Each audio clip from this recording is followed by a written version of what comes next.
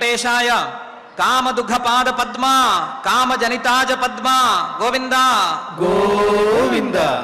అంజనాచల నీలాయ అంజనాపుత్రతోషిణే అంజనాద్రినివాసాయ శ్రీనివాసాయతే నమః అని జగజ్జన్మస్థితి లయ కారణమైన శ్రీనివాస పరమాత్మని భక్తిగా నమస్కరించుకుంటూ శ్రీశుకుల వారు ఉపదేశం చేసిన శ్రీమద్భాగవతం యొక్క అధ్యయన కార్యక్రమాన్ని ఈ సాయంకాల వేళ మనం ప్రారంభించుకుందాము.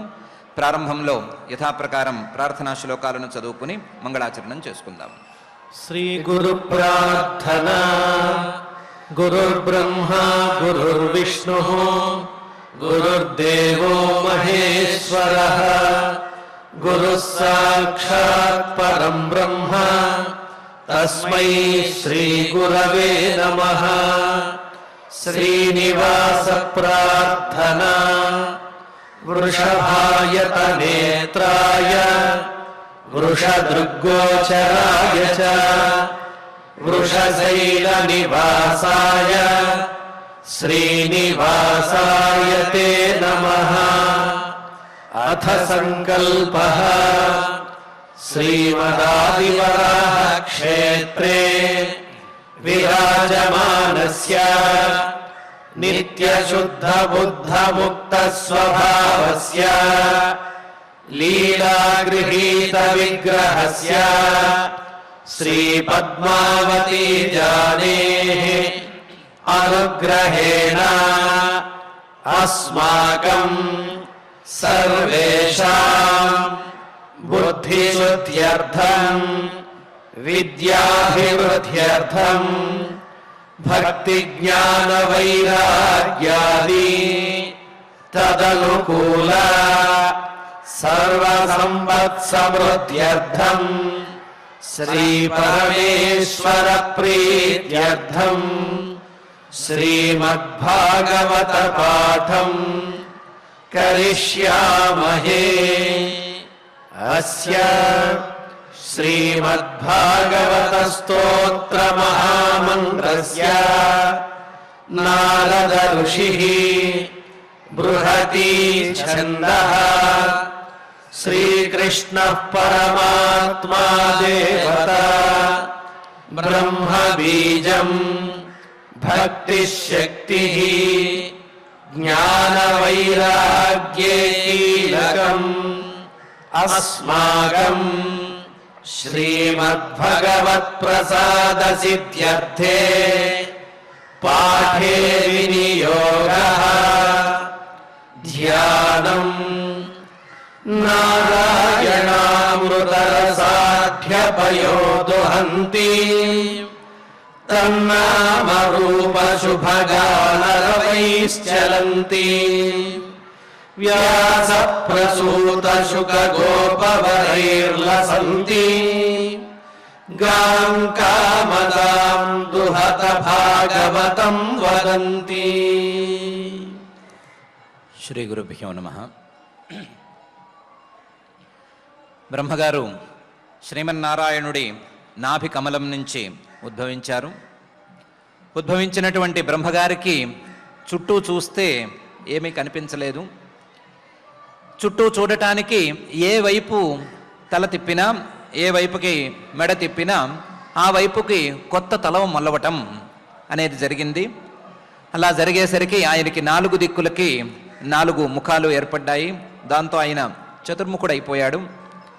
ఆ చతుర్ముఖుడైనటువంటి 4 ముఖాలతో శ్రీమన్నారాయణుడి నాభి కమలం నుండి వచ్చినటువంటి ఆ బ్రహ్మగారు, 4 ముఖాలతో ఉన్నటువంటి బ్రహ్మగారు, 4 ముఖాలతో ఆ ముఖాలలో ఉండేటువంటి ఈ బ్రెయిన్స్ మొదలైన వాటితో ఆలోచన చేయగలిగినటువంటి బ్రహ్మగారు ఆలోచన చేయగలిగినంత చేశాడు.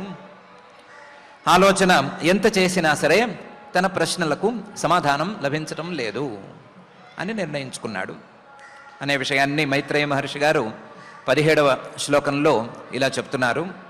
తస్మాద్యుగాంతశ్వసనావఘూర్ణ జలోర్మి చక్రాత్ సలిలాద్ విరూఢం ఉపాశ్రిత కంజములోకతత్వం నాత్మానమిద్ అద్దా విదదా విదేవ అని. తస్మాత్ యుగాంతశ్వసనావఘూర్ణ జలోర్మిచక్రాత్ సలిలాత్ విరూఢం కంజం ఉపాశ్రిత. ఆ బ్రహ్మగారి యొక్క స్థితి ఎలా ఉంది అంటే ఆయన ఒక పద్మంలో కూర్చునున్నాడు, కంజం ఉపాశ్రిత. ఆ పద్మం చుట్టూ నీరు తప్ప మరేమీ లేదు. ఆ నీటిలో ఒకదాని వెంట ఒకటి అలలు మాత్రం వస్తూనే ఉన్నాయి. ఆ నీటిలో వచ్చేటువంటి అలలకి కారణం ఈ ప్రళయంలో ఉండేటువంటి నీరు ప్రళయకాలంలో వచ్చేటువంటి వాయువుకి కొద్దిగా కదులుతోంది. ఆ వాయువు యొక్క కదలికలకి ఆ నీళ్లలో అలలు ఏర్పడుతున్నాయి. ఆ అలలుగా రేగుతున్నటువంటి చెరువులో రాయేస్తే చెరువులో వాయువు గనక సరిగ్గా సాగుతున్నప్పుడు అలలు అనేవి ఏర్పడితే ఆ అలలు ఎలా ఉంటాయో అలా ఉన్నాయి. ఆ అలలు ఉన్న నీరు, తాను కూర్చున్న పద్మం, ఇది తప్ప మరేమీ ఆయనకు కనిపించటం లేదు. అలాంటి పరిస్థితిలో ఉన్నాడు. తస్మాత్ యుగాంత శ్వసన అవఘూర్ణ జలోర్మి చక్రాత్ సలిలాత్ విరూఢం కంజం ఉపాశ్రిత. ఈ పద్మం మీద కూర్చుని ఆలోచించాడు. ఎంత ఆలోచించినా సరే కంజం లోకతత్వం న ఆత్మానం అవిదత్ ఆదిదేవ. ఆదిదేవుడు మొదటి అవతారంలో ఉండేవాడైనా అయినా సరే ఆయనకి ఈ పద్మం ఎందుకు వచ్చింది అనే విషయం అర్థం కాలేదు. ఈ పద్మంలో నేను కూర్చున్నాను కదా, నేను ఎవరిని అనే విషయం అర్థం కాలేదు. అలాగే ఈ చుట్టూ ఉన్న నీరేమిటి, ఈ నీటిలో అలలేమిటి, అసలు ఈ లోకమేంటి, ఈ గోలేంటి అనే సంగతి ఏమీ అర్థం కాలేదు. అంత 4 తలకాయలుండే బ్రహ్మగారికి కూడా, ఇంత ఆలోచన చేసినటువంటి బ్రహ్మగారికి కూడా ఏమీ పాలుపోలేదు. పద్మం గురించి తెలియలేదు, తన గురించి తెలియలేదు, అలాగే చుట్టూ ఉన్న నీటి గురించి కూడా ఏమీ తెలియలేదు అని మహర్షి గారు తస్మాత్ యుగాంత శ్వసనావగూర్ణ జలోర్మి చక్రాత్ సలిలాద్ విరూఢం ఉపాశ్రిత కంజం లోకతత్వం న ఆత్మానం అవిదత్. ఎంత ఆలోచించినా సరే ఆ విషయం సరిగ్గా తెలియలేదు అని అవిదత్ ఆదిదేవ అనే శ్లోకంలో అంటున్నారు. సమాధానం రావటం లేదు, కానీ ప్రశ్నల మీద ప్రశ్నలు మాత్రం, కొత్త ప్రశ్నలు మాత్రం వస్తూనే ఉన్నాయి అనే విషయాన్ని పై శ్లోకంలో చెప్తున్నారు. కఏషయోసౌ అహం అబ్జపృష్ఠే ఏతత్ కుతో వా అబ్జమనన్యదప్సు అస్తి యథస్థాదిహ కించనైతత్ అధిష్ఠితం యత్ర సతానుభావ్యం అని ఒకదాని తర్వాత ఒకటి ప్రశ్నలు ఆయనలో పుట్టుకొస్తూనే ఉన్నాయి. ఏమని? కఏషయోహం, నేను ఇక్కడ కూర్చున్నాను కదా, నేనెవరిని? కఏష యోహం యోసౌ అహం అబ్జపృష్ఠే, నేను ఇక్కడ కూర్చుని ఉండటం కాదు, ఈ పద్మంలో నేనెందుకు కూర్చునున్నాను, ఈ పద్మంలో కూర్చున్నటువంటి నేను ఎవరు, ఎక్కడి నుంచి వచ్చాను, ఎక్కడి నుంచి వచ్చి ఇక్కడ కూర్చున్నాను అని ఒక ప్రశ్న. కఏష యోసౌ అహం అబ్జపృష్ఠే. పోనీ ఏతత్ కుతోవా అబ్జం అనన్యదప్సు, చుట్టూ పరికించి చూస్తే నీరు తప్ప మరొకటి కనిపించట్లేదు కదా. ఈ ఏమీ కనిపించని, ఏమీ లేనటువంటి నీటిలో నేను కూర్చున్న ఈ తామర పువ్వు మాత్రం ఎందుకుంది? కుతోవా అబ్జం అనన్యత్, ఒకే ఒక్కటి ఉంది, అది ఇది ఒక్కటి మాత్రమే ఈ అప్సు, ఈ నీటిలో ఎందుకుంది, ఎక్కడి నుంచి వచ్చింది? ఒకవేళ గనక తామర పువ్వే అయితే తామర తంపరలాగా కనీసం 10-15 పూలైనా కనిపించాలి కదా. అలా వేరే పువ్వే కనిపించట్లేదు, వేరే వస్తువు కనిపించట్లేదు, ఈ పువ్వు ఒక్కటే ఉంది, దీంట్లో నేను మాత్రమే ఉన్నాను, ఇది ఎలా కుదురుతోంది? ఏతత్ కుతోవా అబ్జం అనన్యదప్సు. ఇంకొక తామర పువ్వు కనిపించకపోతే పోనీ, కానీ ఈ తామర పువ్వుకి మూలం అంటూ ఒకటి ఉండి తీరాలి కదా. అస్తి యథస్థాదిహ కించనైతత్, ఈ తామర పువ్వుకి కింద తప్పనిసరిగా ఏదో ఉండాలి కదా, అది ఉందా లేదా? ఈ తామర తూడు కిందకెళ్తే దాని వేరు అంటూ ఏదో ఒకటి ఉండాలి, ఆ వేరు పాదుకున్నటువంటి ప్రదేశం అనేది ఒకటి ఉండనే ఉండాలి. అలాంటి ప్రదేశం ఉందా లేదా, దీని కింద ఏమైనా ఉందా లేదా?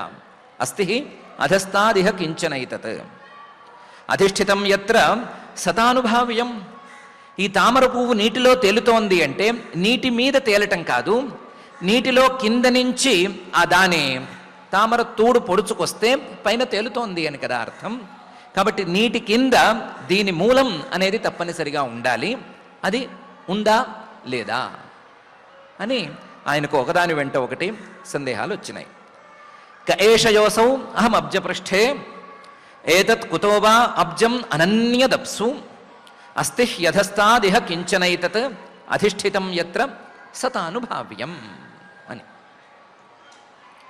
ప్రశ్నలు చాలా వచ్చినాయి, కానీ ఈ చాలా వచ్చిన ప్రశ్నల్లో సమాధానం దొరకటానికి కాస్తంత వీలున్న ప్రశ్న ఒకే ఒక ప్రశ్న. అది ఈ తామర పువ్వుకి ముందు కింద ఏదో ఒకటి తప్పనిసరిగా ఉండి తీరాలి, అది ఏమై ఉంటుంది అనేటువంటి ప్రశ్న.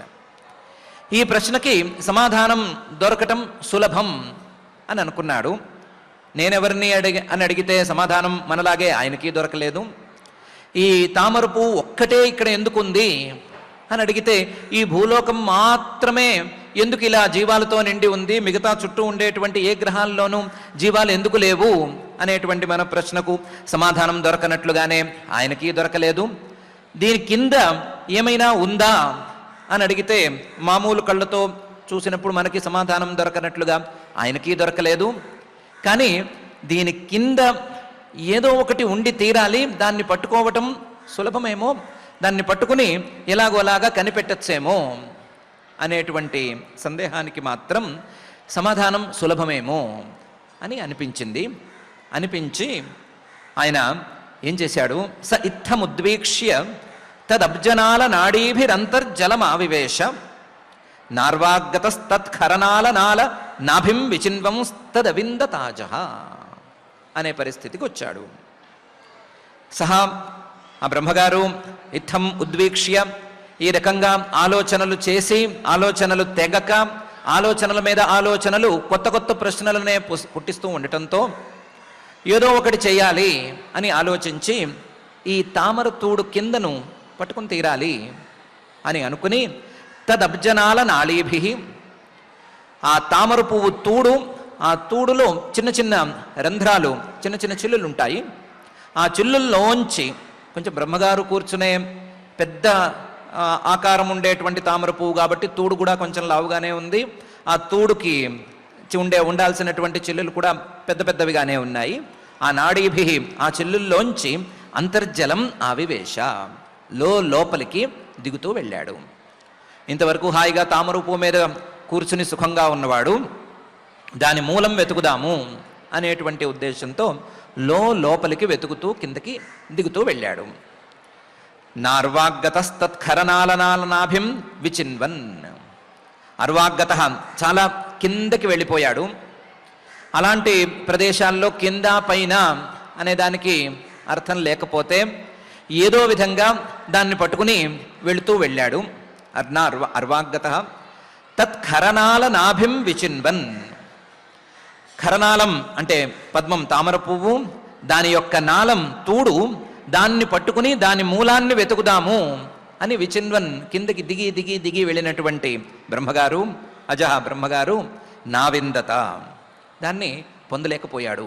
ఎంత వెతికినా సరే ఆ తామర తూడు యొక్క మూలం ఎక్కడుంది అని కనిపెట్టలేకపోయాడు అని స ఇత్తముద్వీక్ష్య తదబ్జనాల నాడీభిరంతర్జలం ఆవివేశ నార్వాగతస్తత్ఖరనాలనాల నాభిం విచిన్వం తదవిందతాజ అనే శ్లోకంలో మహర్షి గారు అంటున్నారు.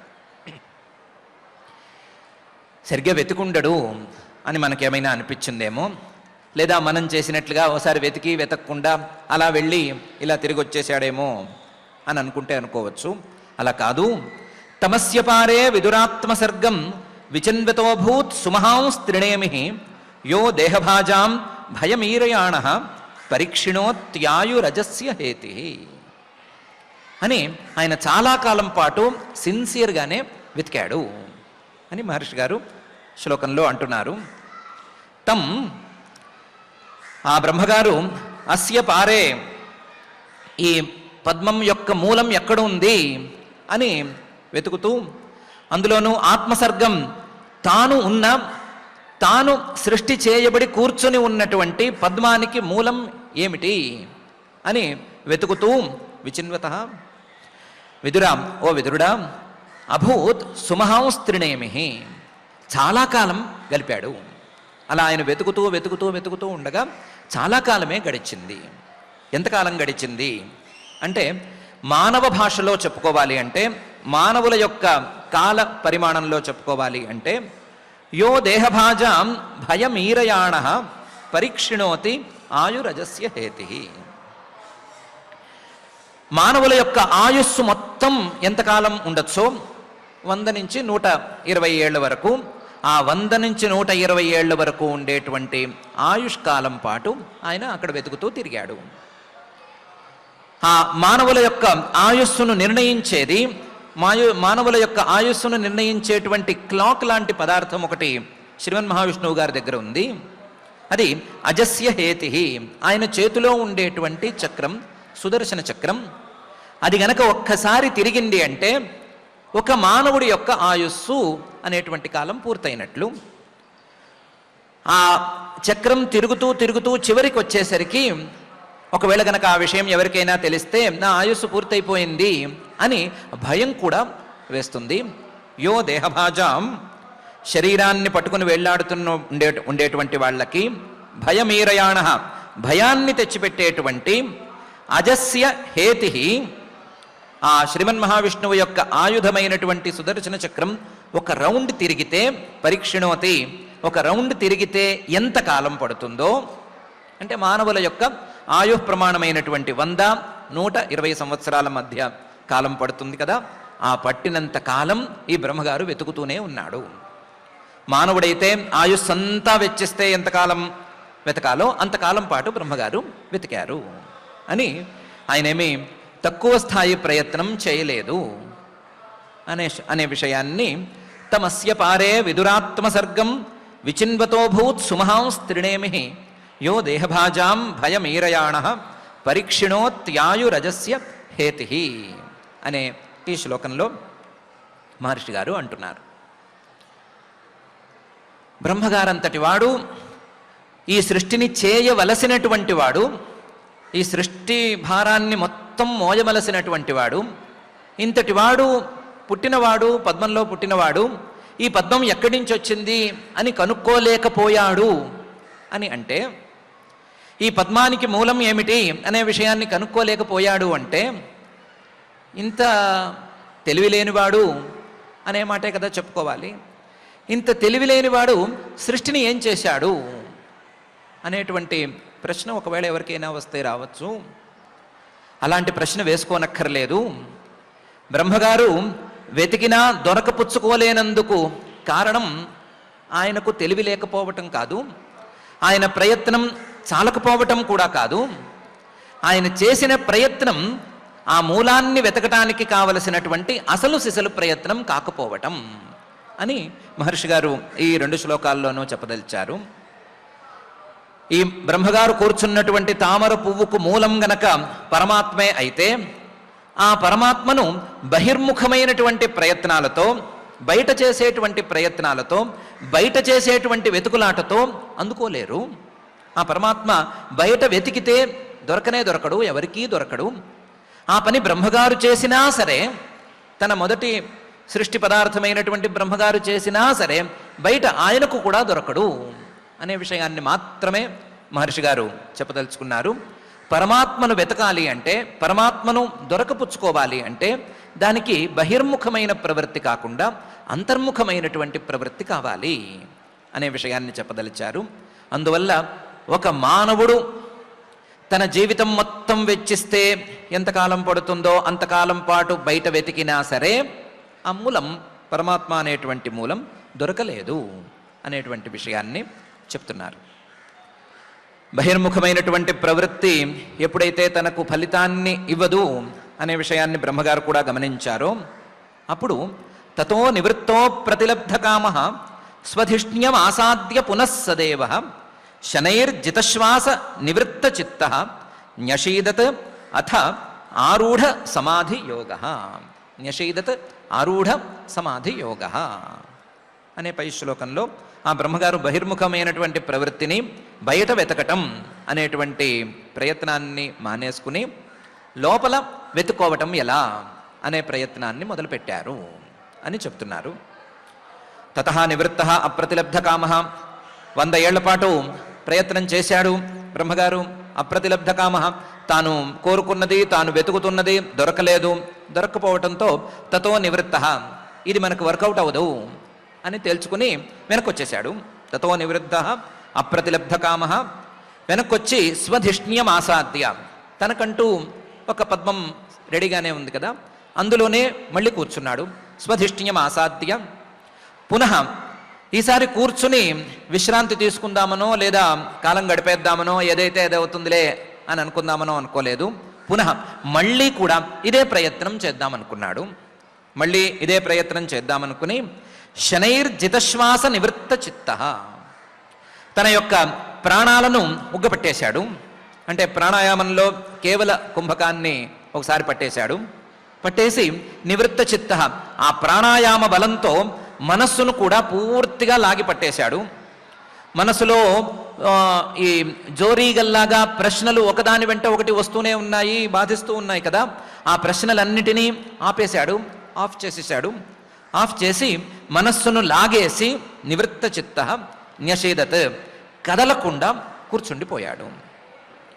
కదలకుండా, మనసులో ఏ ఆలోచనలు లేకుండా, కనీసం గాలి కూడా పీల్చుకోకుండా ఆరూఢ సమాధి యోగ అని సమాధి యోగాన్ని కూడా సాధించి, సమాధిని కూడా సాధించి, మనస్సులో ఏ భావము రాకూడదు, ఏ ఆలోచన, ఏ సందేహము ఏమీ రాకూడదు, మనసంతా కూడా ఏమాత్రం చలనం లేనట్టుగా ఉండిపోవాలి అనేటువంటి స్థితిని, సమాధి స్థితిని సాధించి ఆ సమాధి స్థితిలో కూర్చుండిపోయాడు.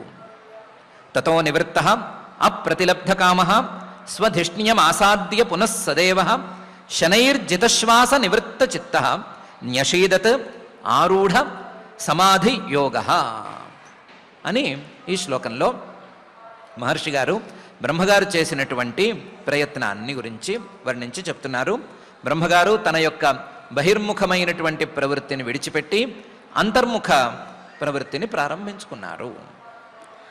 ఈ అంతర్ముఖ ప్రవృత్తిలో, సమాధి స్థితిలో మనస్సును కదలనివ్వకుండా స్థిరంగా ఉంచి ఆయన కాలేన సోజ పురుషాయుషాభి ప్రవృత్త యోగేన విరూఢ బోధ స్వయం తదంతరహృదయే అవభాతం అపశ్యతయన్న పూర్వం అనే స్థితిలో తాను కోరుకున్నటువంటి మూలాన్ని తెలుసుకోగలిగాడు అని చెప్తున్నారు. కాలేన, ఆయన చాలా కాలం పాటు ఈ సమాధి స్థితిలో మనస్సును ఉంచేశాడు, కదలకుండా ఉండిపోయాడు. సహా అజహ, ఆ బ్రహ్మగారు ఎలాగైనా సరే మూలాన్ని పట్టుకుని తీరవలసిందే అనేటువంటి ప్రయత్నంలో ఉన్న ఆ బ్రహ్మగారు గట్టిగా కూర్చునున్నాడు. ఎంతకాలం పాటు కూర్చున్నాడు? పురుషాయుష, ఎంతకాలమైతే ఈ తామరతూడు కిందకి వెళ్ళి మూలాన్ని పట్టుకోవాలి అని ప్రయత్నం చేశాడో అంతకాలం పాటు కూర్చుని కూడా ప్రయత్నం చేశాడు. అంటే మళ్ళీ మానవుల యొక్క ఆయుస్సు ఎంత ఉంటుందో అంతకాలం పాటు కూర్చున్నాడు. 100-120 ఏళ్ల పాటు కూర్చున్నాడు. అంతకాలం పాటు అభిప్రవృత్త యోగేన మనస్సును కొంచెం కూడా కదలనివ్వలేదు, తన యొక్క సమాధి యోగాన్ని కొంచెం కూడా చెదరనివ్వలేదు, అలాగే స్థిరంగా ఉంచాడు. ఉంచేసరికి మనసులో ఉండేటువంటి ప్రశ్నలన్నీ పోయి విరూఢ బోధ, మనసులో జ్ఞానం అనేది ఉదయించింది. ఏ మూలాన్నైతే అన్వేషిస్తున్నాడో ఆ మూలం తాలూకు జ్ఞానం మనసులోనే అన్వేషణ ప్రారంభమైన ఈ మనసులోనే తెలిసింది. తెలిసి చాలా కళ్ళతో చూసినంత స్పష్టంగా ఆ పదార్థం కనిపించింది. స్వయం తదంతర్హృదయే అవభాతం అపశ్యత, తన యొక్క హృదయంలోనే ఆ వస్తువు కనిపిస్తోంది అనే విషయంతో పాటుగా స్వయం తదంతర్హృదయే అవభాతం అపశ్యత, ఏ వస్తువునైతే అపశ్యత ఎన్న పూర్వం, ఇంతకుముందు 100 ఏళ్ల పాటు కిందకు దిగి దిగి దిగి ప్రయత్నం చేసి కూడా ఏ పదార్థాన్నైతే చూడలేకపోయాడో ఆ పదార్థాన్ని ఇప్పుడు నేను చూస్తున్నాను అనేటువంటి అభిప్రాయంతో సహా ఆ వస్తువును చూశాడు. 100 ఏళ్ళు యోగ సమాధి స్థితిలో కూర్చున్నాడు. కూర్చునేసరికి ఆయన హృదయంలో ఆయన వెతుకుతున్నటువంటి తన మూలం అనేది కనిపించింది. చాలా స్పష్టంగా కనిపించింది. కళ్ళకు కనిపించినట్లుగా చాలా వివరంగా కనిపించింది. అవభాతం అంటే జ్ఞాన రూపంలో అది తెలిసింది అని మహర్షి గారు కాలేన సహా అజహ పురుషాయుషా అభిప్రవృత్త యోగేన విరూఢ బోధ స్వయం తదంతర్హృదయే అవభాతం అపశ్యత ఎన్న పూర్వం అనే ఈ శ్లోకంలో చెప్తున్నారు. వెరసి వెనకాల 2 శ్లోకాలలోనూ ఈ 2 శ్లోకాలలోనూ కలిపి మనలాంటి వాళ్ళకి ఒక మెసేజ్ ఇవ్వదలుచుకున్నారు మహర్షి గారు. ఎంతటి బ్రహ్మగారికైనా సరే బహిర్ముఖమైనటువంటి ప్రవృత్తి ఫలితాన్ని ఇవ్వదు. బహిర్ముఖమైనటువంటి ప్రవృత్తితో పరమాత్మను అందుకోవటం అనేది సాధ్యం కాదు. కేవలం అంతర్ముఖమైనటువంటి ప్రవృత్తితోనే, అందులోనూ మనస్సును కట్టేసుకునేటువంటి సాధనతోనే, మనస్సును వేరే విషయాల మీదకు వెళ్ళనివ్వకుండా ఉండేటువంటి ప్రయత్నంతోనే ఆ పరమాత్మను అందుకోవటం సాధ్యం. అది బ్రహ్మగారికైనా లేదా మిగతా ఎవరికైనా సరే సమానం అని ఒక మెసేజ్ ఇవ్వదలుచుకున్నారు. దాన్ని ఇచ్చి ఆ బ్రహ్మగారి హృదయంలో వెలిగినటువంటి ఆ వెలుగు, బ్రహ్మగారి హృదయంలో ఆయనకు కనిపించినటువంటి ఆ రూపం ఎలా ఉంది అని ఆ పరమాత్మ యొక్క రూపాన్ని సగుణంగా శ్లోకాలలో వర్ణించుకుంటూ వెళుతున్నారు. మొట్టమొదటి శ్లోకం మృడాల గౌరాయత శేషభోగ పర్యంత ఏకం పురుషం శయానం ఫణాత పత్రాయుత మూర్ధరత్న ద్యుభిర్ హతధ్వాంత యుగాంతతోయే అని వర్ణిస్తున్నారు. ఆ రూపం శ్రీమన్నారాయణుడు ఏ బ్రహ్మగారు తన నాభి కమలానికి మూలం ఏది అని వెతుక్కుంటూ వెళ్ళారో ఆ బ్రహ్మగారికి మూలంలా ఉండేటువంటి ఆ శ్రీమన్నారాయణుడు ఎలా ఉన్నాడు అంటే మృణాల గౌరాయత శేషభోగ పర్యంకే శయానం అనే రూపంలో ఉన్నాడు. తెల్లటి తామర పువ్వు, ఆ తామర పువ్వుకి తెల్లని తూడు ఉంది అని అనుకుంటే ఆ తామర తూడులాగా తెల్లగా ఉండేటువంటి మృణాల గౌర ఆయత చాలా విస్తృతంగా పెద్దగా ఉండేటువంటి శేషుడు, ఆదిశేషుడు అనేటువంటి భోగ పర్యంకే ఆ పాము తాలూకు శరీరాన్నే పడకగా చేసుకుని ఆ పడక మీద, ఆ పక్క మీద శయానం పడుకుని ఆయన ఉన్నాడు. ఆయన ఆదిశేషుడి మీద పడుకుని ఉన్నాడు. ఆ ఆదిశేషుడు చాలా తెల్లగా ఉన్నాడు, పడగలతో చాలా అందంగా ఉన్నాడు. మృణాల గౌర ఆయత శేష భోగ పర్యంకే శయానం. చుట్టూ చూస్తే ఎవ్వరూ లేరు. ఏకం పురుషం, ఆయన ఒక్కడే అక్కడ పురుషుడుగా కనిపిస్తున్నాడు. ఎన్ని కాళ్ళు ఎన్ని చేతులు అని పైన ఎలాగూ రాబోతోంది. 2 కాళ్ళు 2 చేతులతో కాకుండా వేరే రకంగా ఆయన ఒక్కడే పురుషుడు అనిపించేటట్లుగా పడుకుని ఉన్నాడు. ఏకం పురుషం శయానం. ఆయన కనిపిస్తున్నాడు, విడిగా కనిపిస్తున్నాడు. ఆయన విడిగా కనిపించడంతో పాటుగా ఫణాతపత్రాయత మూర్ధరత్న ద్యుభి హరతధ్వాంత యుగాంతతోయే అని ఆయన చుట్టూ నీరు అల్లుకునుంది. ఎలాగైతే తాను కూర్చున్న తామర పువ్వు చుట్టూ నీరే ఉందో అలాగే ఈ ఆదిశేషుడు అనేటువంటి పడగ మీద పడుకున్నటువంటి ఈ శ్రీమన్ మహావిష్ణువు గారి చుట్టూ కూడా నీరే ఉంది. అది ప్రళయకాలానికి సంబంధించిన నీరు అని చూస్తేనే తెలిసిపోయింది బ్రహ్మగారికి. ఆ ప్రళయకాలానికి సంబంధించిన నీరు, ఆ యుగాంత తోయం ఈ ఆదిశేషుడి గారి 1000 పడగల మీద ఉండేటువంటి 1000 మణులతో చక్కగా ప్రకాశిస్తోంది. ఫణాతపత్ర పడగేమీ చిన్నది కాదు. ఆ పడగ ఒక గొడుగున్నంత స్థాయిలో ఉంది. ఒక్కొక్క పడగ ఒక్కొక్క గొడుగున్నంత స్థాయిలో చాలా పెద్దగా ఉంది. ఫణ ఆతపత్ర అవేమో ఏకంగా 1000 ఉన్నాయి. ఆ 1000 పడగల మీద మూర్ధ రత్నం శిరోమణులు ఉన్నాయి. ఆ శిరోమణులు వెలుగుతున్నాయి. ద్యుభి ఆ శిరోమణులు వెలిగేసరికి ఆ చుట్టూ నీటిలో వాటి కాంతి పడి అక్కడ ఉండేటువంటి చీకటంతా పోయింది అనే ఫీలింగ్ కలుగుతోంది. హత ధ్వాంతం, ఆ హతధ్వాంత యుగాంతతోయే ఆ నీటిలో ఆదిశేషుడున్నాడు.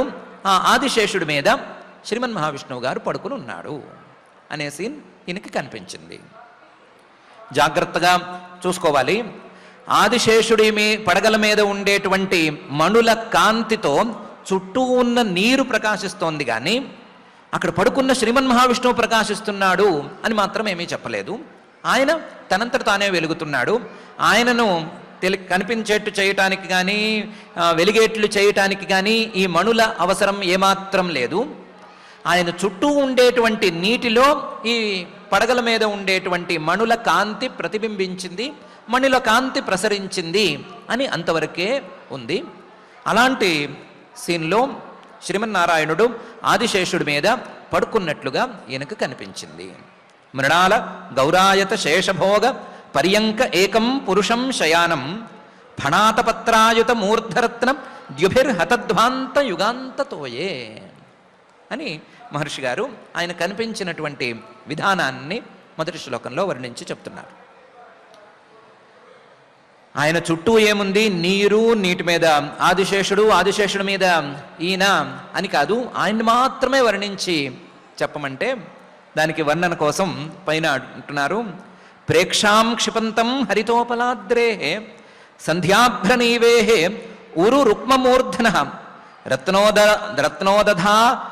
రత్నోదధారౌషధి సౌమనస్య వనస్రజో వేణు భుజాంఘ్రి పాంఘ్రే అని. ఆయన ఎలా ఉన్నాడు అని చెప్పటం కొంచెం కష్టం. ఎందుకంటే ఆయన ఎలా ఉన్నాడు అని చూడటానికి బ్రహ్మగారికే 100 ఏళ్ల పాటు యోగ సమాధిలో ఉండవలసిన అవసరం వచ్చింది కదా. ఆయన్ని ఒక శ్లోకంలో ఇలా ఉన్నాడు అలా ఉన్నాడు అని చెప్పమంటే ఏం చెప్తాము? అందుకని అందరికీ తెలిసినటువంటి ఒక పర్వతాన్ని తీసుకుని, ఒక ఉపమానాన్ని తీసుకుని ఆ ఉపమానం కంటే గొప్పగా ఉన్నాడు అని చెప్తే చెప్పగలము అని ఈ శ్లోకంలో అంటున్నారు.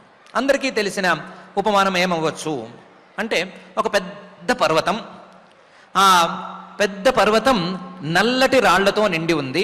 మరకత శిలామయమైనటువంటి పర్వతం. మరకతం కొంచెం ఆకుపచ్చగా ఉంటుంది. ఆ ఆకుపచ్చదనం గనక ఎక్కువైతే కొంచెం నల్లవాగు కనిపిస్తుంది.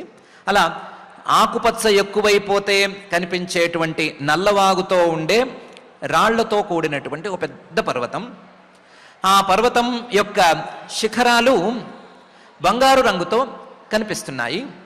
బంగారు రంగుతో కనిపించటానికి ఆ బంగారు రంగు రాళ్ళు ఉంటే ఉండవచ్చు, లేకపోతే అది సంధ్యాకాలం. సంధ్యాకాలంలో ఉండేటువంటి వెలుగు ఆ రాళ్ల మీద పడి ఆ బంగారు రంగు అనేది ఏర్పడి ఉండవచ్చు. దీనికి తోడు ఆ సంధ్యాకాలంలో మేఘాలు కొన్ని ఆ కొండని అంటిపెట్టుకుని ఉన్నాయి.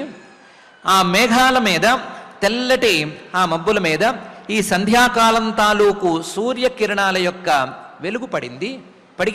పడేసరికి ఆ మేఘాలు, తెల్లటి మేఘాలు ఒక పసుపచ్చ రంగును సంతరించుకుని ఉన్నాయి. పింకిష్ కలర్ లాంటి కలర్ వచ్చింది. అందరికీ సంధ్యాకాలాన్ని గనక చూడగలిగితే కనిపించేటువంటి రంగే. ఆ రంగులో ఈ మబ్బులు ఉన్నాయి. ఈ మబ్బులు ఈ పర్వతం మీద ఉన్నాయి అని అనుకోవచ్చు.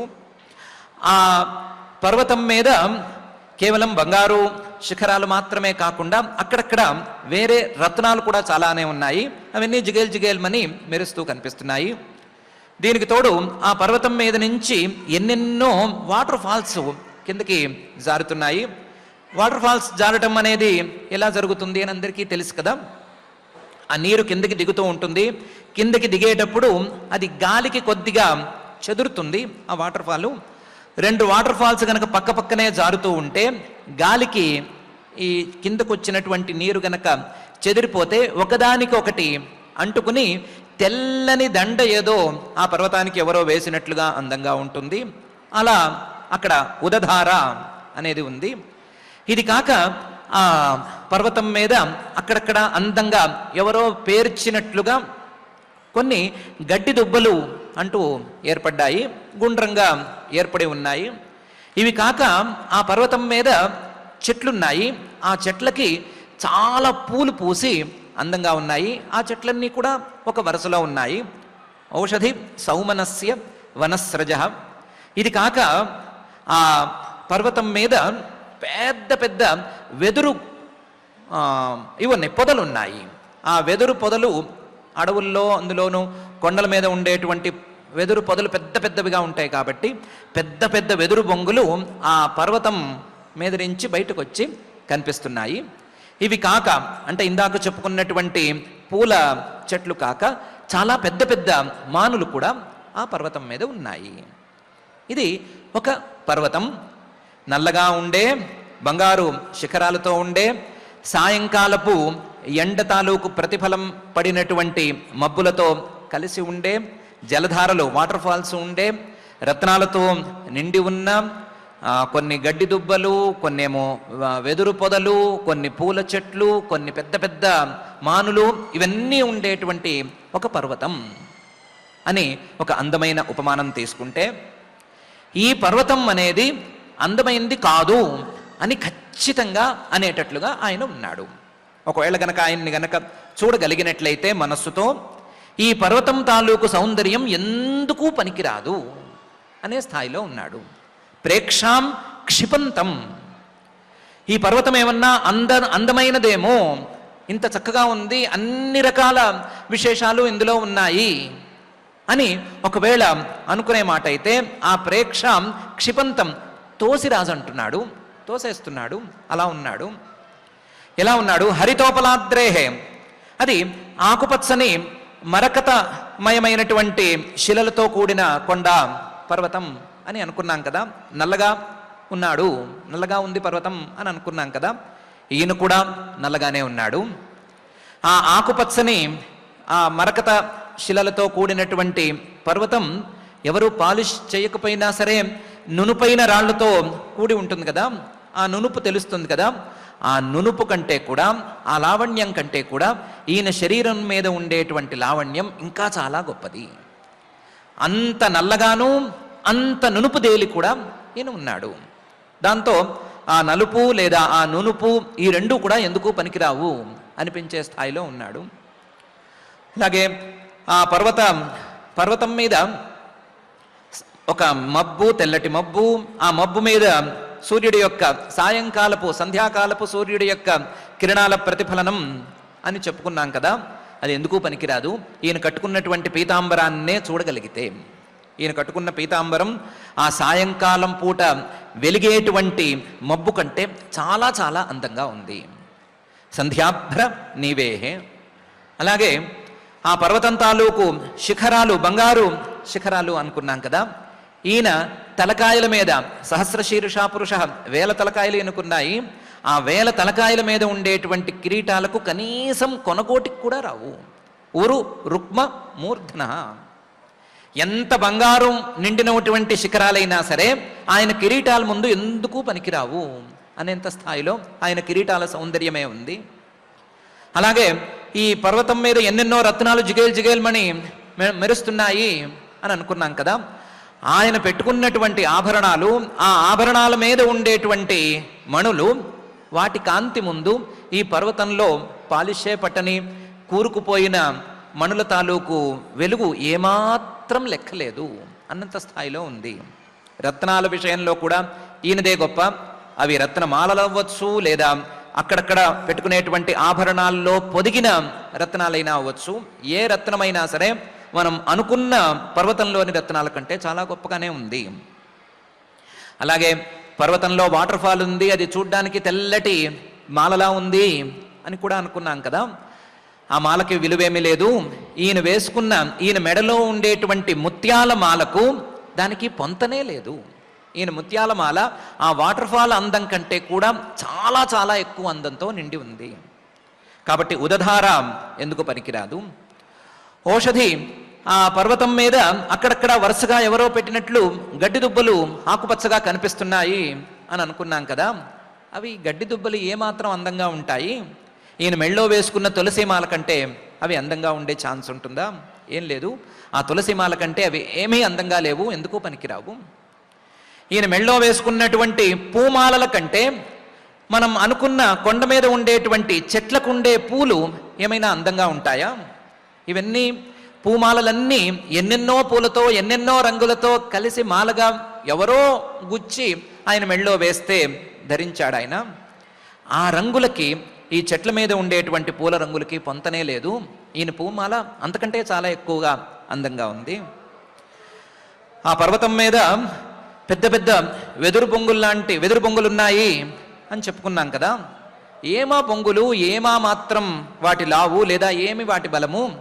మా శ్రీమన్ మహావిష్ణువు గారి యొక్క భుజాల తాలూకు బలాన్ని, వాటి యొక్క పొడుగుని ఇవన్నీ చూస్తే, అందులోనూ వేల కొద్దీ బాహువులు కలిగినటువంటి ఆయన యొక్క భుజాలను లెక్కలోకి తీసుకుంటే ఆ వెదురు బొంగులకు విలువే లేదు. అలాగే ఆయన పాదాలను గనక పరిగణనలోకి తీసుకుంటే ఈ పెద్ద పెద్ద మానులు ఏమీ లెక్కలోకి రావు. ఆయన సహస్రపాతం వేల కొద్దీ పాదాలను కలిగి అక్కడ పడుకుని ఉన్నాడు. ఆయన పాదాలకి ఇక్కడ ఉండేటువంటి మానులకి ఏమీ పొంతన లేదు. ఈ మానుల కంటే ఆయన పాదాలే చాలా పెద్దవి అని ఒక పెద్ద పర్వతాన్ని తీసుకుని ఆ పర్వతంలో ఎన్నెన్నో విశేషణాలను కలుపుకుని అది చాలా అందంగా ఉంది అని నిర్ణయించుకున్న తరువాత ఈయన ముందు అది ఎందుకు పనికిరాదు అనేటువంటి స్థాయిలో ఆయన అందంగా ఉన్నాడు అని మహర్షి గారు అంటున్నారు. ఇలా అనటం ద్వారా మనకు అర్థమయ్యేట్లు చెప్పటానికి మహర్షి గారు ప్రయత్నం చేస్తున్నారు. వర్ణన చేయటం అనేది మహర్షి గారి యొక్క లక్ష్యం కాదు. ఈ వర్ణన ద్వారా ఆయన రూపం అనేది మనసుకు కనీసం అందటం అనేది లక్ష్యం. దాని ప్రకారం ఆయన నల్లని శరీరంతో నునుపుదేలి చాలా అందంగా ఉన్నాడు. వేల కొద్దీ తలకాయలు ఆయనకున్నాయి. ఆ తలకాయలన్నిటి మీద కిరీటాలున్నాయి. ఆయన పీతాంబరాన్ని ధరించి ఉన్నాడు. వేల కొద్దీ బాహువులు, ఆయా అవయవాలు, వీటి మీద ఎన్నెన్నో ఆభరణాలున్నాయి. ఆ ఆభరణాల మీద ఎన్నెన్నో విలువైనటువంటి రత్నాలు పొదగబడి ఉన్నాయి. ఆ రత్నాలన్నీ జిగేల్ జిగేల్మని మెరుస్తూ కనిపిస్తున్నాయి. అలాగే ఆయన మెడలో తెల్లటి ముత్యాల మాల ఒకటి ఉంది. ఆ ముత్యాల మాల కింద ఒక తులసీమాల చక్కగా అమరి ఉంది. ఆ తులసీమాల కింద రంగురంగుల పూలతో అల్లినటువంటి మంచి పూలమాల ఒకటి అమరి ఉంది. వేల కొద్దీ బాహువులు ఉండేటువంటి ఈయన భుజాలు వెదురు బొంగుల్లాగా బలంగా పొడుగ్గా ఉన్నాయి. అలాగే ఆయన పాదాలు ఎంతమంది వచ్చినా సరే ఆశ్రయం ఇస్తాను అని చెప్పినట్లుగా పెద్ద పెద్ద మానుల్లాగా విశాలంగా ఉన్నాయి అనే విషయాన్ని మహర్షి గారు ఈ శ్లోకంలో చెప్తున్నారు.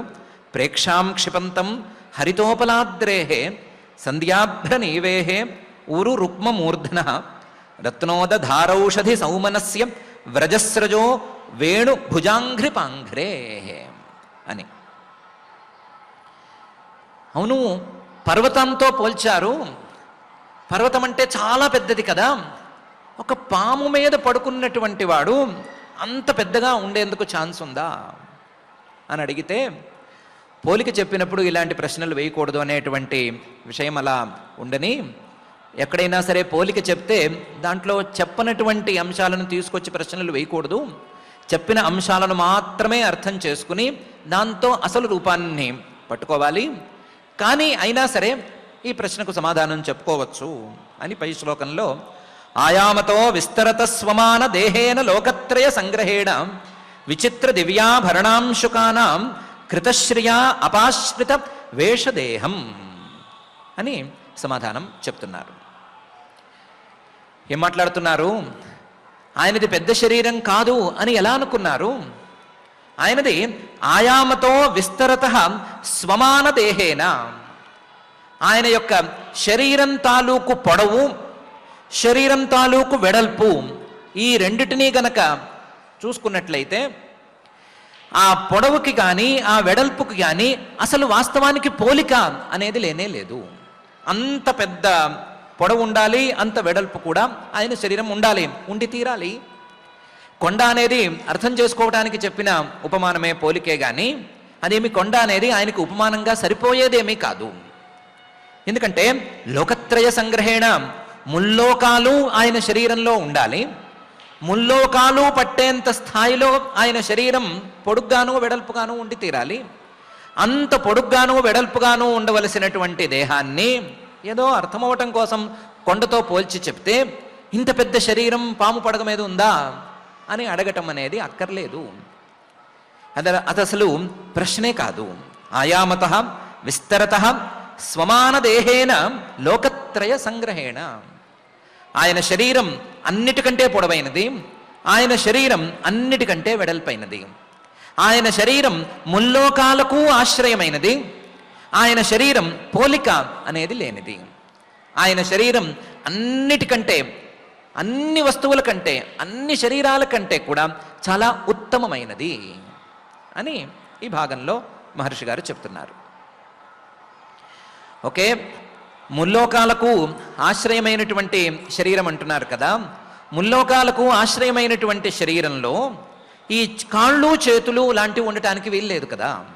కాళ్ళు చేతులు ఉండే శరీరం అయితే మనలాంటి శరీరం, మనలాంటి శరీరంలో ముల్లోకాలు ఉండటం అనేది చెప్పకూడదు.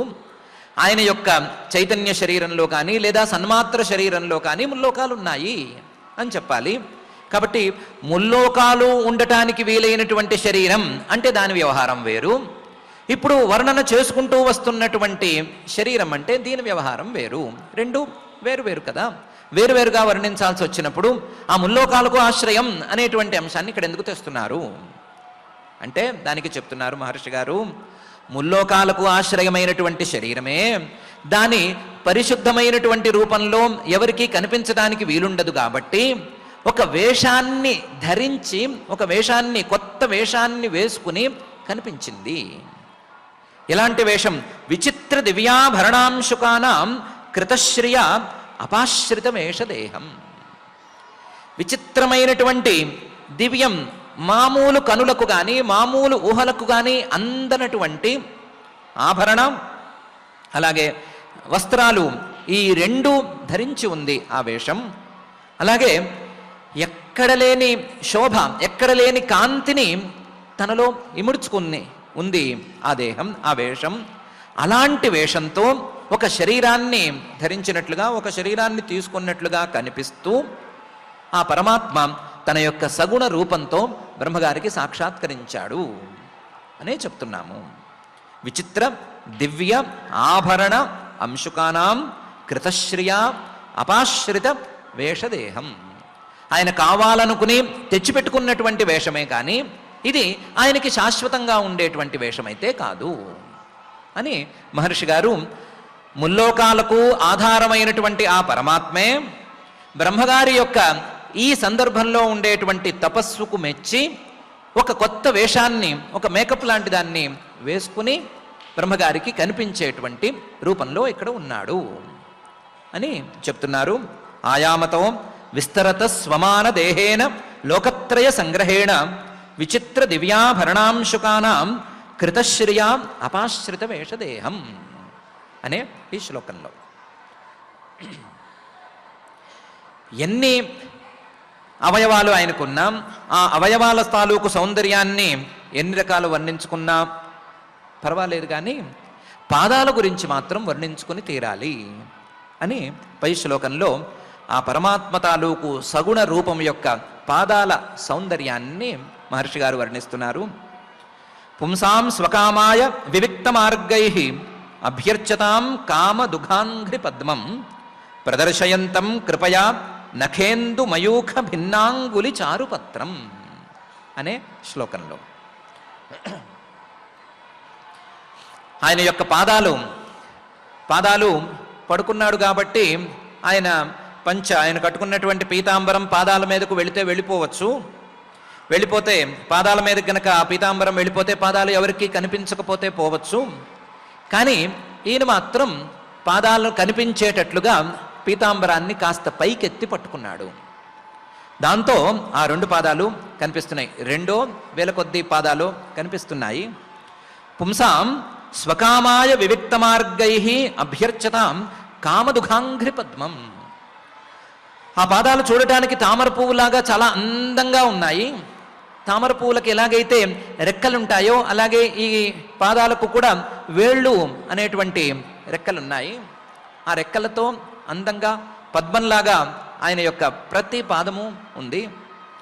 దానికి తోడు ఎవరైనా సరే పుంసాం ఏ మానవుడైనా సరే స్వకామాయ ఏదో ఒక కోరిక కోరుకుని ఆ కోరిక తీరటం కోసం వివిక్త మార్గై వేదంలో చెప్పినటువంటి మార్గాలను ఆశ్రయించుకుని వైదికమైనటువంటి ధర్మ మార్గాన్ని ఆశ్రయించుకుని అభ్యర్చతాం ఒకవేళ గనక ఆయన్ని ఆరాధించుకునే మాట అయితే ఆయన్ని పూజించుకునే మాట అయితే కామదుఘాంఘ్రి పద్మం ఈ పాదాలతోనే మొత్తం ఆయన యొక్క రూపం అక్కర్లేదు ఆ పాదాలతోనే వాడు కోరుకున్నటువంటి కోరికలన్నిటినీ కూడా ఆవు పాలను పితికి ఇచ్చినట్లుగా ఇచ్చేసేటువంటి వాడు ఇచ్చేసేట్లుగా ఆ పాదపద్మం ఉంది. ఆవుల్ని మంచి గంగిగోవుల్ని గనక ఇంట్లో పెంచుకున్నట్లయితే అవి బాగా మాలిమి అయితే సహజంగానే గనక అవి మంచివైతే గనక పితకకుండానే వాటంతట అవే కూడా కొంత పాలిస్తాయి, పిల్లలకు కావలసినటువంటి పాలిస్తాయి అని చెప్తారు పెద్దలు. ఆ విషయం నిజమవునో కాదో కానీ ఈ పాద పద్మం మాత్రం కోరుకున్నటువంటి ప్రతి కోరికను పితికి ఇచ్చేస్తుంది. కాకపోతే దానికి ఒక కండిషన్ ఉంది. ఏంటంటే వైదిక మార్గంలో ఈ పాదపద్మాన్ని పూజించుకోవాలి, అర్చించుకోవాలి. వైదిక మార్గంలో అర్చించుకునే మాట అయితే ఏ కోరికను తీర్చడానికైనా సరే ఈ పాదపద్మం సిద్ధం అన్నట్లు ఉంటుంది. అలా పుంసాం స్వకామాయ వివిక్త మార్గైరభ్యర్చతాం కామ దుఘ అంఘ్రి పద్మం ప్రదర్శయంతం కృపయా. ఈ పద్మం కనిపించకపోతే ఈ పాదపద్మం కనిపించకపోతే ఎట్లా అని దయతో తాను కట్టుకున్నటువంటి పీతాంబరాన్ని కాస్త పైకెత్తి పాదాలు కనిపించేటట్లు ఆయన ఉంచాడు. ప్రదర్శయంతం కృపయా. అక్కడ చూస్తే మాత్రం నఖేందు మయూఖ భిన్నాంగులి చారుపత్రం. ఆ పాద పద్మంలో ఒక్కొక్క వేలు ఒక్కొక్క తామర రేకులాగా అందంగా ఉంది. పత్రం చారు పత్రం ఒక్కొక్కటి చాలా అందంగా ఉంది. ఆ ఒక్కొక్క పత్రానికి ఒక్కొక్క వేలుకి పైన గోరు ఉంది. ఆ గోరు తెల్లగా ఉంది. తెల్లగా ఉండేటువంటి ఆ గోరు ఒక్కొక్క చంద్రుడితో సమానంగా ఉంది. చంద్రుడు ఎలాగైతే వెన్నెలను కురిపిస్తాడో అలాగే ఈ పాద పద్మాలకు ఉండేటువంటి ఒక్కొక్క వేలు, ఆ ఒక్కొక్క వేలుకు ఉండేటువంటి ఒక్కొక్క గోరు, తెల్లగా ఉండేటువంటి గోరు కూడా తెల్లని కాంతులను ప్రసరింపజేస్తున్నాయి. నఖేందు మయూఖ భిన్న. నఖ ఈ గోళ్ళే ఇందు ఒక్కొక్క చంద్రుల్లాగా ఉన్నాయి. ఆ చంద్రుల తాలూకు మయూఖాలు అంటే కిరణాలు, చంద్రుడి తాలూకు వెన్నెల లాంటి కిరణాలు, ఆ కిరణాలన్నీ కూడా సంభిన్న అంగులి ఈ వేళ్లతో కలిసిపోయి ఉన్నాయి. గోళ్ళు వేళ్ళు కలిసిపోయి ఉంటాయి కాబట్టి గోళ్ల మీద చంద్రుడు ఇలా ఉన్నాడు. ఇలా ఉండటంతో ఆ చంద్రుడి తాలూకు వెన్నెలంతా కూడా ఆ గోళ్లతో కలిసిపోయి గోళ్ళు ఈ వేళ్ళు రెండూ కూడా చక్కగా కనిపించేటువంటి స్థాయిలో ఉన్నాయి. భిన్న అంగులి చారు పత్రం. అలాంటి అందమైన గోళ్ళు కలిగినటువంటి వేళ్ళు అనేటువంటి తామర రేకులు ఆ పాదపద్మాలకు చాలా అందంగా అమరి ఉన్నాయి.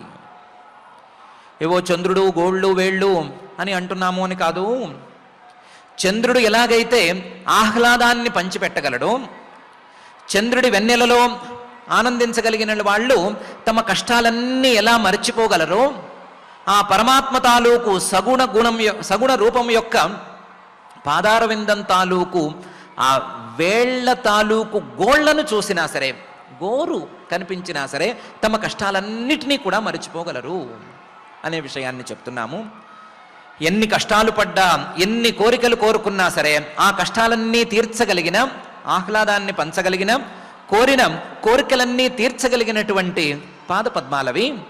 ఆ పాదపద్మాలు కనిపించేటట్లుగా ఆయన కొంచెం ఓపెన్గా పెట్టాడు అని పుంసాం స్వకామాయ వివిక్త మార్గై అభ్యర్చతాం కామ దుఘాంఘ్రి పద్మం ప్రదర్శయంతం కృపయా నఖేందు మయూఖ భిన్నాంగులి చారుపత్రం అనే ఈ శ్లోకంలో మహర్షి గారు చెప్తున్నారు. ఇంతేకాదండి, శరీరంలో పాదాలు ఎంత ప్రధానమో ముఖం కూడా అంతే ప్రధానం కదా. ఆ ముఖాన్ని కూడా ఒకసారి చూసుకోవచ్చు. ఆ ముఖేన లోకార్తిహరస్మితేన పరిస్ఫురత్ కుండల మండితేన శోణాయితేనాధర బింబభాస ప్రత్యర్హయంతం సునసేన సుభ్రువా అనే తీరులో ఆ ముఖము, ఆ ముఖంతో ఆయన చేసేటువంటి అనుగ్రహము రెండూ ఉన్నాయి అని మహర్షి గారు అంటున్నారు. ముఖేన ఆయన ముఖం గురించి చెప్పుకోవాలి. అది అందమైన ముఖం, ఇలా ఉంది అలా ఉంది అని చెప్పుకోవటం కంటే లోకార్తిహర స్మితేనా అని చెప్పుకోవటం మంచిది. ఆ ముఖం మీద అన్నిటికంటే అందంగా చిరునవ్వు అని ఉంది. ఆ చిరునవ్వు అనేది చూసేస్తే లోకంలో ఎవ్వరికీ కూడా ఆర్తి, కష్టం అనేది మిగలదు. అలా లోకార్తిహరస్మితేన, లోకం ఎంతమంది వచ్చినా సరే అంతమంది కష్టాలను పోగొట్టగలిగినటువంటి స్థాయిలో ఒక అందమైన చిరునవ్వు ఉంది ఆయనకి. ఆ అందమైన చిరునవ్వుతో కూడినటువంటి ముఖం ఆయనది. పరిస్ఫురత్ కుండల మండితేన, ఆయన చెవులకు పోగులు పెట్టుకున్నాడు. మగవాళ్ళు కూడా చెవులకు పోగులు పెట్టుకోవాలి కదా. ఆ పోగులు పెట్టుకున్నాడు. పోగులు అంటే కుండలాలు లాంటివి కొంచెం బరువైనవి పెట్టుకున్నాడు. ఆ బరువైనటువంటి కుండలాలతో ఈ ముఖానికి అందం అనేది ఏర్పడింది. ఆ కుండలాలు కదులుతున్నప్పుడల్లా కూడా కొంచెం అందంగా ఉంటుంది. పరిస్ఫురత్ కుండల మండితేనా. ఇవన్నీ కాదు, ముఖం కొంచెం నల్లగా ఉంది అని అనుకున్నాం కదా. కొంచెమేం కర్మ, గట్టిగానే నల్లగానే ఉంది. ఆ నల్లగా ఉండేటువంటి ముఖం మీద శోణాయితేన అధర బింబభాస, పెదవులు మాత్రమే, పై పెదవి కింద పెదవి, ఈ రెండు పెదవులు మాత్రమే ఎర్రగా ఉన్నాయి. ఆ ఎరుపు అనేది కేవలం కిందకి మాత్రమే కాకుండా ఆయన నాసిక అంటే ముక్కు మీదకు ప్రసరిస్తోంది. ఆ ముక్కుతో పాటుగా ఆయన కనుబొమ్మల మీదకు కూడా ఆ ఎరుపు తాలూకు కాంతి ప్రసరిస్తోంది. శోణాయితేన అధర బింబ భాస సునసేన సుభ్రువ. సహజంగానే ఆయన ముక్కు చాలా అందమైన ముక్కు. సహజంగానే ఆయన కనుబొమ్మలు తీర్చిదిద్దినట్లు అందంగా ఉంటాయి. వాటికి ఈ లైట్ లాంటి, ఎర్రటి లైట్ లాంటి ఈ కాంతి వెళ్ళి చేరేసరికి వాటి యొక్క అందం ఇంకా కూడా ద్విగుణీకృతమైపోయింది. ఆ ద్విగుణీకృతమైనటువంటి అందాన్ని చూసే వాళ్ళకి ఏమనిపిస్తోందంటే ప్రత్యర్హయంతం, ఆయన తన కనుబొమ్మలతోనూ తన ముక్కుతోనూ తనను అర్చించిన వాణ్ణి, తనను వెతికినటువంటి వాణ్ణి, అట్లాగే తన కోసం ఇంత ప్రయత్నం చేసిన వాణ్ణి ప్రతిపూజ చేస్తున్నాడు లేదా గౌరవిస్తున్నాడు అని అనిపిస్తోంది. తనను చూడటానికి ఇంత ప్రయత్నం చేసుకొచ్చినటువంటి బ్రహ్మగారిని కావచ్చు, మరొకరినైనా కావచ్చు, తన కనుబొమ్మలతోనూ తన ముక్కుతోనూ ఒక అనుగ్రహాన్ని ప్రసరింపజేసేటువంటి దృష్టితోనూ ఆయన చూస్తున్నాడు. దీనికి తోడు ఆయనకి చిరునవ్వు అనేటువంటి ఆభరణం ఉండనే ఉంది. ఇలాంటి చిరునవ్వు, అందమైనటువంటి ముక్కు, అందమైనటువంటి కనుబొమ్మలు, ఆ కనుబొమ్మలకు కూడా ఒక ఎర్రని కాంతి, ఇవన్నీ చేరేసరికి చేసుకున్నటువంటి పూజ లేకపోతే చేసుకున్నటువంటి తపస్సు ఫలించింది అని సంతోషం కలిగేటట్లుగా ఉంది. అంతేకాదు మనకున్న కష్టాలన్నీ ఈ రోజుతో తీరిపోయినాయి అని ధైర్యపడేటట్లుగా ఉంది అని మహర్షి గారు ముఖేన లోకార్తిహరస్మితేన పరిస్ఫురత్ కుండల మండితేన శోణాయితేన ఆధర బింబభాస ప్రత్యర్హయంతం సునసేన సుభ్రువా అనే ఈ శ్లోకంలో చెప్తున్నారు. అంతర్ముఖ పూజకు మాత్రమే లభ్యమయ్యేటువంటి పరమాత్మైన బహిర్ముఖమైనటువంటి ప్రయత్నాలకు దొరకడు. అంతర్ముఖమైనటువంటి పూజలకు ఫలితాన్ని ఇవ్వటానికి సంసిద్ధంగా ఉంటాడు. తన శరీరంలోని ప్రతి అవయవాన్ని దానికి అభిముఖంగా ఆయన చూపిస్తాడు. పాదార విందాలను నీవు కోరుకున్నటువంటి కోరికలన్నింటినీ తీర్చేస్తాను అనే స్థాయిలో తెరిచిపెట్టి ఉంచాడు. తన కనుబొమ్మలతో కూడా చక్కటి సందేశాన్ని ఇస్తాడు. తన ముక్కుతో కూడా సందేశం ఇవ్వగలడు. స్మితం, చిరునవ్వు గురించి చెప్పనక్కర్లేదు.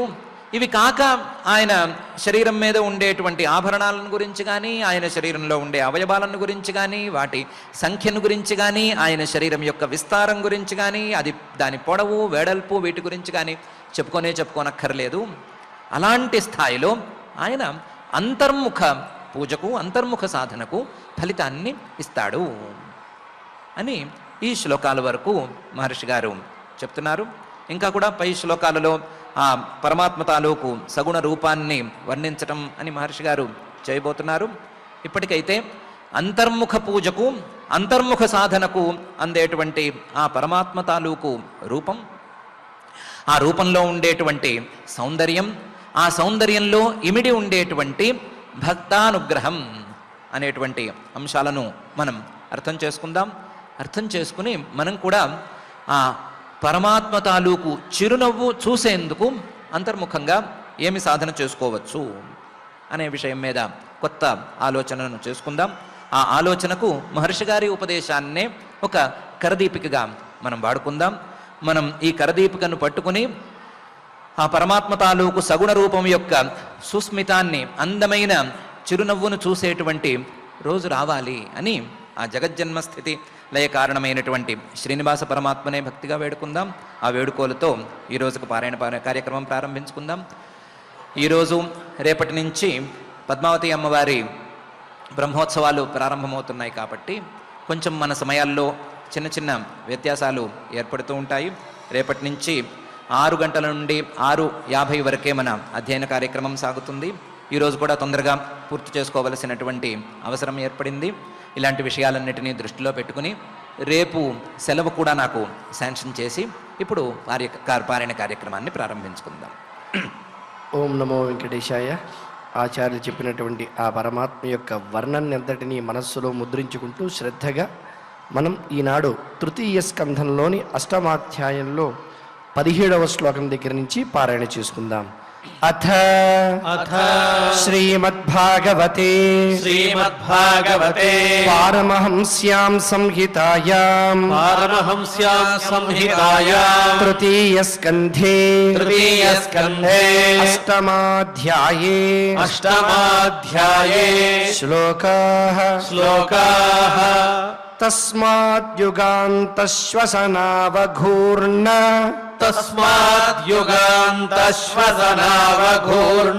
జలోర్మి చక్రాత్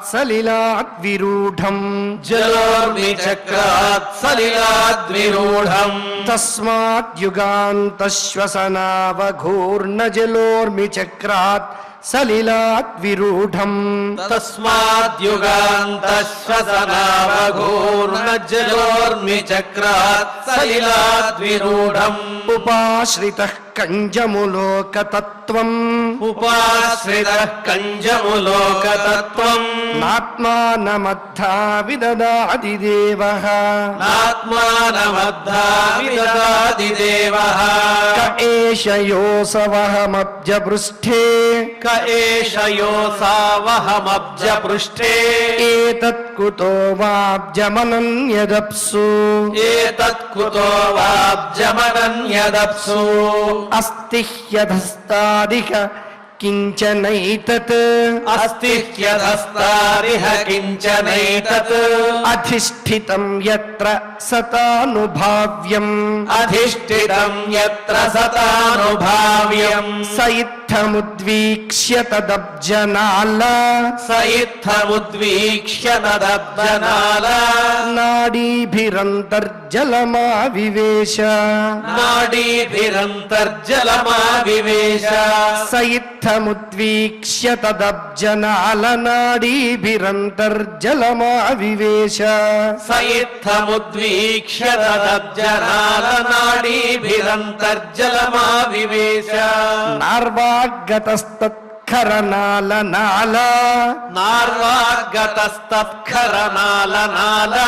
నాభిం విచిన్వస్తదివిందతాజః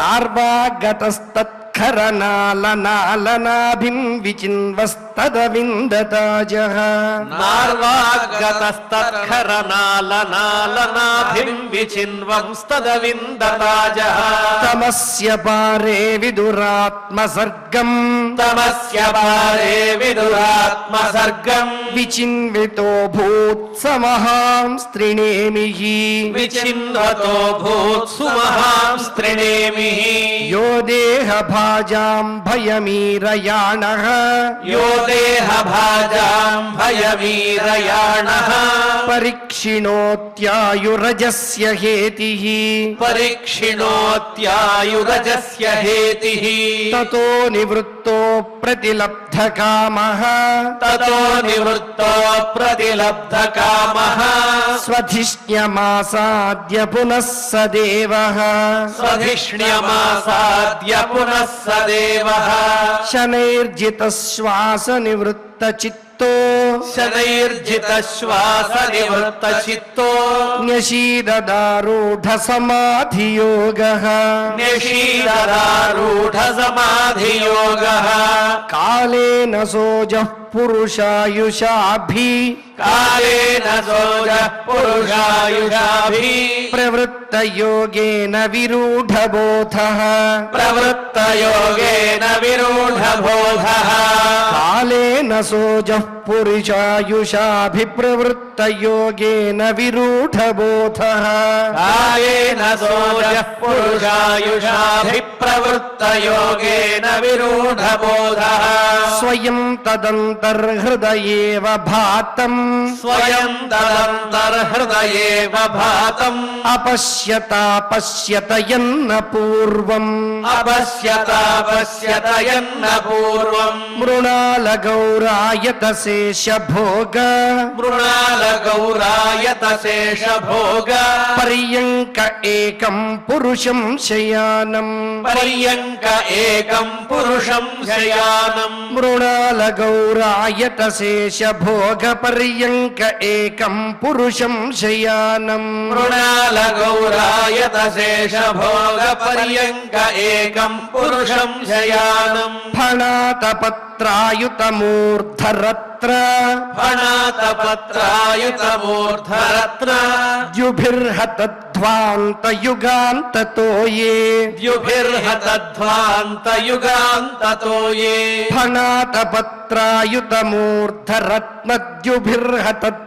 ఫణాతపత్రాయుతమూర్ధరత్నద్యుభిర్హతధ్వాంతయుగాంతతో ఏ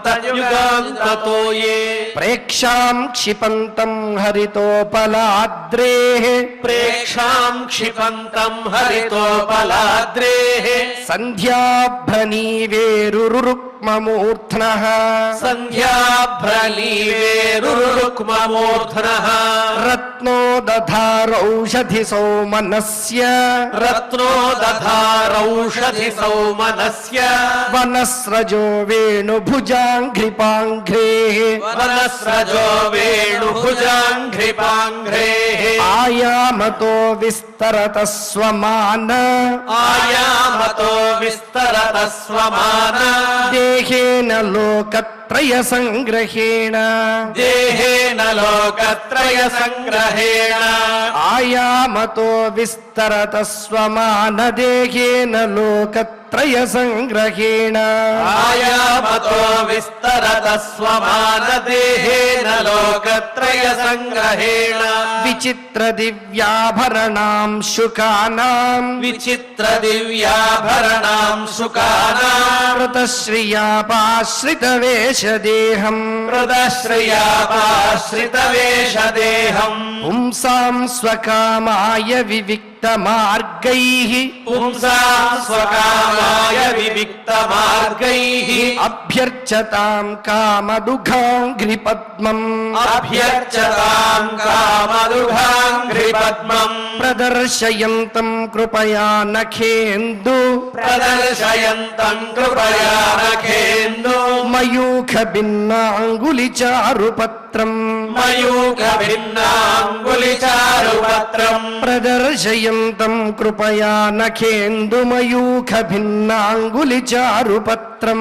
ప్రదర్శయంతం కృపయా నఖేందుమయూఖ భిన్నాంగులిచారుపత్రం ముఖేన లోకార్తిహరస్మితేన ముఖేన లోకార్తిహరస్మితేన పరిస్ఫురత్ కుండలమండితేన పరిస్ఫురత్కుండలమండితేన శోణాయితేనాధరబింబభాస శోణాయితేనాధరబింబభాస ప్రత్యర్హయంతం సునసేన శుభ్రవా ప్రత్యర్హయంతం సురసేన శుభ్రవా ఇతి ఇతి శ్రీమద్భాగవతే శ్రీమద్భాగవతే పారమహంస్యాం సంహితాయాం పారమహంస్యాం సంహితాయాం తృతీయస్కంధే తృతీయస్కంధే అష్టమాధ్యాయే అష్టమాధ్యాయే శ్లోకాః శ్లోకాః.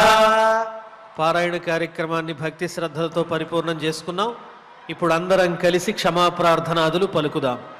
అథ క్షమా ప్రార్థన యదక్షరపదభ్రష్టం మాత్రాహీనం చ యద్భవేత్ తత్సర్వం క్షమ్యతాం దేవ నారాయణ నమోస్తుతే.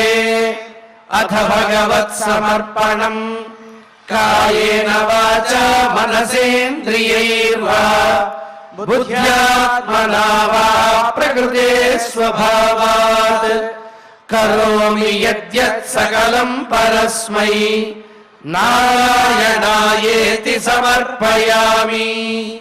అథ లోకక్షేమ ప్రార్థనా సర్వే భవంతు సుఖినః సర్వే సంతు నిరామయాః సర్వే భద్రాణి పశ్యంతు మా కశ్చిద్ దుఃఖభాగ్ భవేత్.